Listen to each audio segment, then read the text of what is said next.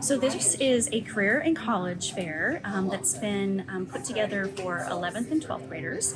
We chose 11th and 12th graders this year because they are a group of students who haven't had a lot of opportunity to do this throughout the pandemic. And so they will have opportunities to attend workshops that are giving them more information about college and what college is about, how to register, what college life is like. They'll also have an opportunity to attend workshops that are with industry partners so they can learn about different industries that they might be interested in going into. There will also be a traditional job fair in the afternoon for the students. If they're just right now looking for a job, they're coming with resumes, ready to potentially make those important connections. Well, today we're just promoting the fire department reserve program that we have available to those who are seeking a career in firefighting.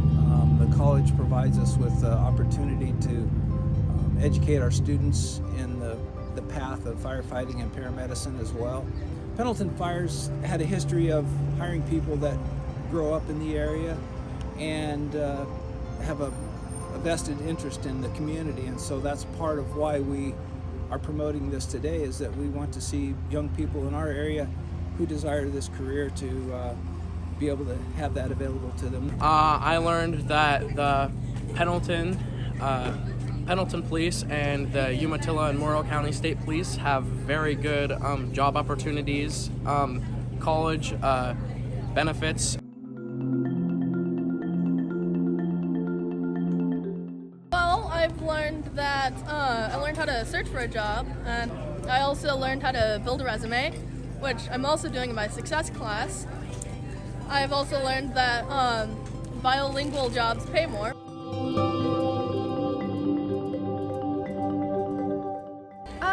A big thing for us is kind of just like getting them to realize that healthcare isn't just being a doctor or being a nurse.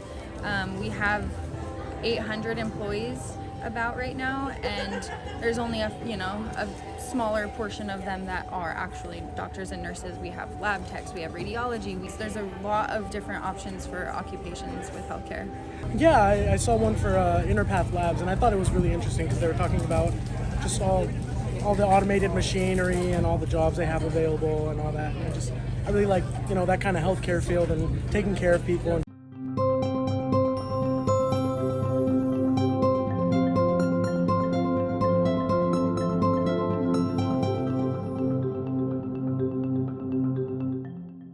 I learned some interviewing stuff, like how you should pay attention to your own body language and stuff.